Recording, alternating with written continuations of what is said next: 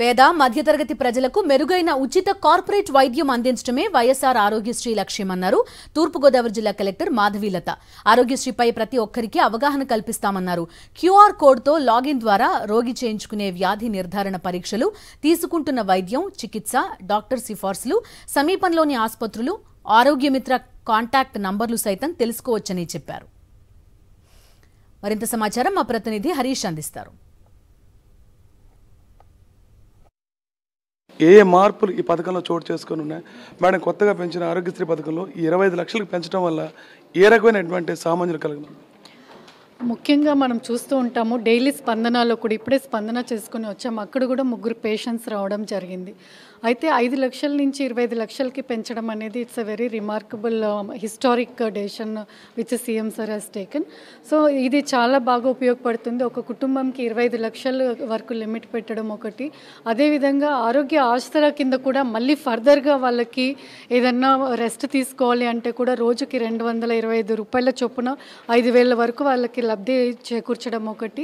And first visit ఏదైతే ఉందో ఈ ఆరోగ్యశ్రీ కింద లబ్ధి పొందాక లేదా ఆపరేషన్ చేయించుకున్న తర్వాత ఆ ఫస్ట్ విజిట్ కూడా ఫ్రీగా చేయించడం అనేది ఈ ఆరోగ్యశ్రీ కింద చేయించడం చాలా మంచి విషయం. ఇప్పుడు మనకి 25 లక్షల రూపాయల పెంపుతో పాటు మనకి టోటల్గా 3,257 ప్రొసీజర్స్ ఈ ఆరోగ్యశ్రీ కింద చేయించుకోవడానికి వీలు పడుతుంది.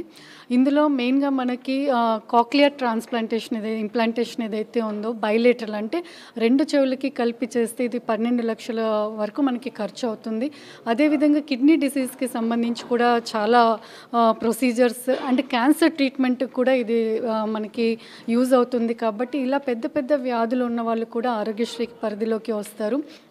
యాప్ అనేది డౌన్లోడ్ చేసుకుంటే ఈ యాప్ ద్వారా వారికి అవగాహన ఉంటుందన్నమాట. అంటే వారి ఆధార్ నెంబర్ ఎంటర్ చేస్తూనే వారికి ఒక ఓటీపీ వస్తుంది. వారు దాని తర్వాత క్వశ్చనర్ ఉంటుంది. అంటే వాళ్ళకి ఎటువంటి వ్యాధికి సంబంధించిన డీటెయిల్స్ కావాలి అంటే ఆ నెట్వర్క్ హాస్పిటల్స్ కూడా అందులోకి రావడం జరుగుతుంది. ఆరోగ్య సురక్ష మరి ఫేజ్ 1 ఫేజ్ 2 పెట్టి ఈరోజు జగన్ గారు ఈరోజు ఎలా అయితే మన family members health is wealth అంటారు. హెల్త్ ఎలా అయితే చూసుకుంటామో ఓ డయాబెటిక్ పేషెంట్ ఇంట్లో ఫ్యామిలీ మెంబర్ ఉన్నారనుకోండి, వాళ్ళు వేసుకుంటున్నారా ట్యాబ్లెట్లు, వాళ్ళు కంటిన్యూస్గా మానిటర్ చేసుకుంటాము. అదేవిధంగా ఈరోజు అందరినీ కూడా ప్రజలందరినీ తన సొంత ఫ్యామిలీ మెంబర్స్ కింద ఎక్కువగా, ఎందుకంటే ఈరోజు ఆయన పెట్టిన సమీక్షలో ప్రతి కలెక్టరేట్లో స్ట్రిక్ట్ ఇన్స్ట్రక్షన్స్ ఇచ్చారు. నిరుపేద మధ్యతరగతి వర్గాలకు ఈ ప్రోగ్రాం పెంచడం ద్వారా 25 లక్షల రూపాయలు కవరేజ్ ఇవ్వడం ద్వారా అద్భుతంగా ఉపయోగపడుతుందని అటు అధికారులు, ప్రజాప్రతినిధులు కూడా చెప్తున్నారు. దీనికి సంబంధించిన అవగాహన కార్యక్రమాలు కూడా ఏర్పాటు చేస్తామని చెప్తున్నారు. రాజమండ్రి నుంచి వీడియో జర్నలిస్ట్ హరీష్, సాక్షి.